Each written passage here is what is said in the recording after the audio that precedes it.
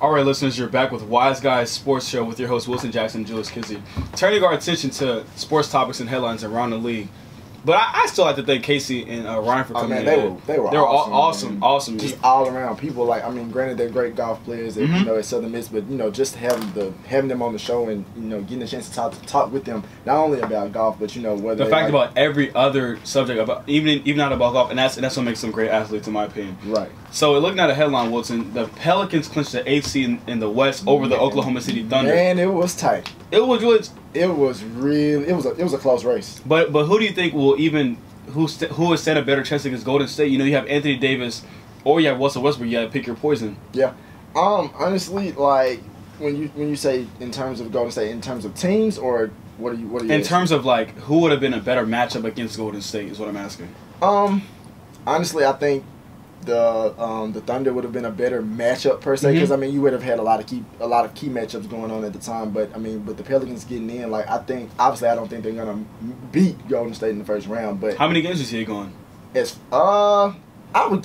I'll say 5, pushing it. But I think honestly, if Golden State plays, I don't see the sweep, man. You don't see a sweep? I can't see the sweep because of Anthony Davis' star power so much that he's going to take a game over and make one. Right. Now I will say this: I don't think they'll just blow them out by 20 points in any of the games that they play. Of course not. I feel there might be a game at home where Golden State just takes it over. Okay, maybe one, but throughout the rest of the series, I don't see any of the games being decided by fewer than maybe 10 points.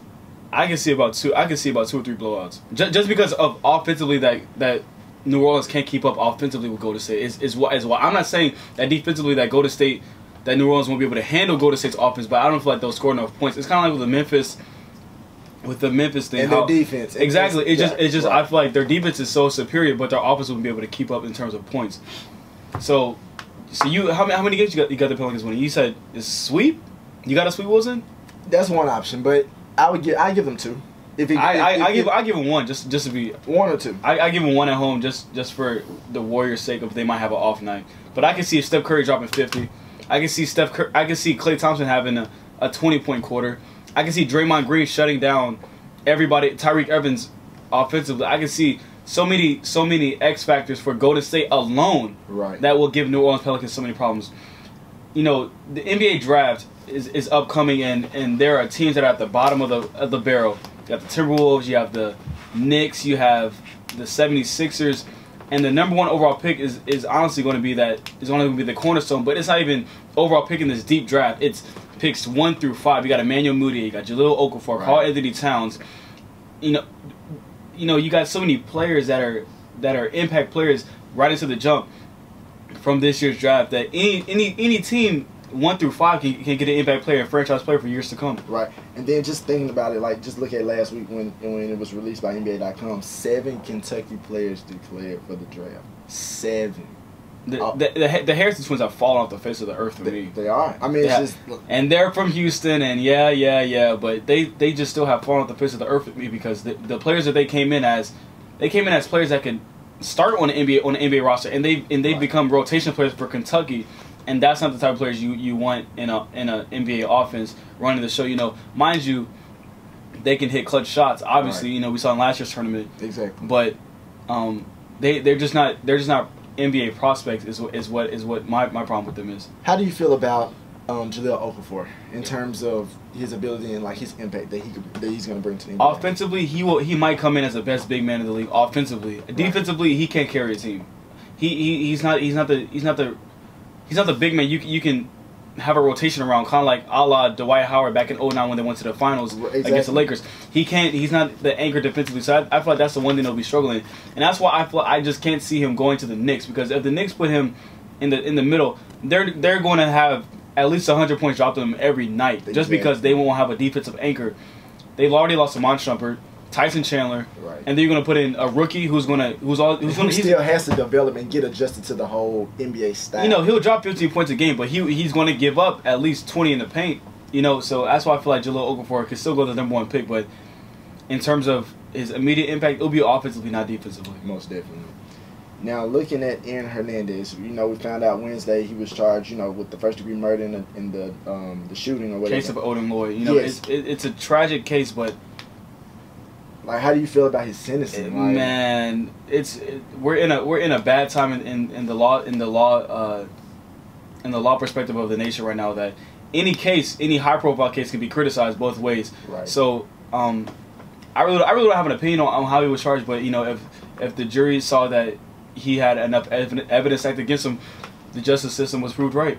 Man, but just think about, like, obviously they sentenced him. How far from Gracie's fault is that what you're getting at? Yes. I mean he was a Pro Bowl caliber player when he was with the New England Patriots, but he once had a $40 million contract. But what's it? You got to look at it goes to show that there's life outside the NFL. Right. And clearly. And obviously, whether it's good or bad. And obviously he made some wrong decisions, and legally he is guilty of murder. So legally speaking, you obviously can't go out and kill a man and think if you're gonna get away with it. Exactly. So,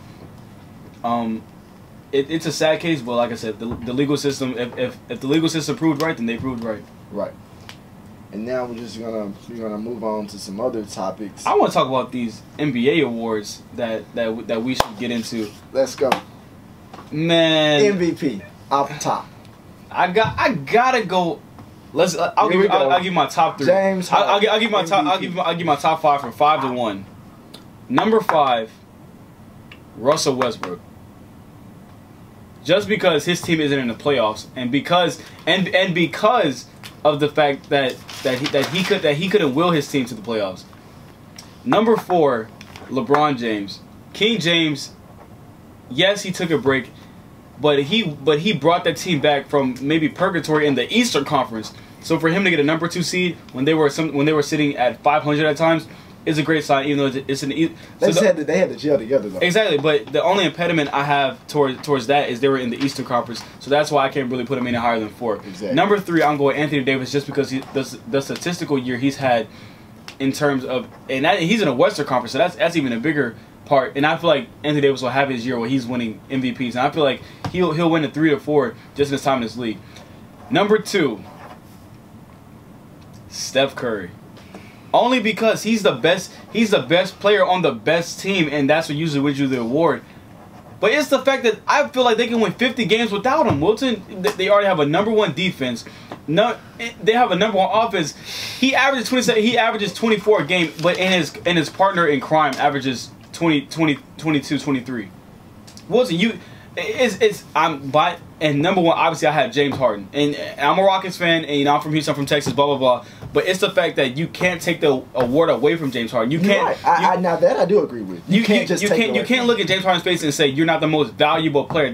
You have to take this award by every word in the award. Most valuable player. If you take Steph Curry off that Golden State Warriors team, you can't tell me they don't win at least 50 games. The Trailblazers won 50 games. The Clippers won almost 50 games. The Thunder almost won 50 games. You can't tell me that they don't win almost 50 games in today's NBA landscape with Enes Kanter, Deion Waiters, Kevin Durant whenever he played at times. But it's the fact that they could have won 50 games without Steph Curry's offensive brilliance. The Rockets would have been nowhere without. It would have been a 35 probably. 35, not even. I don't even think 35 because if nobody on a team averages more than 13 points besides James Harden and Dwight Howard, and Dwight Howard has played about 40 games. Right.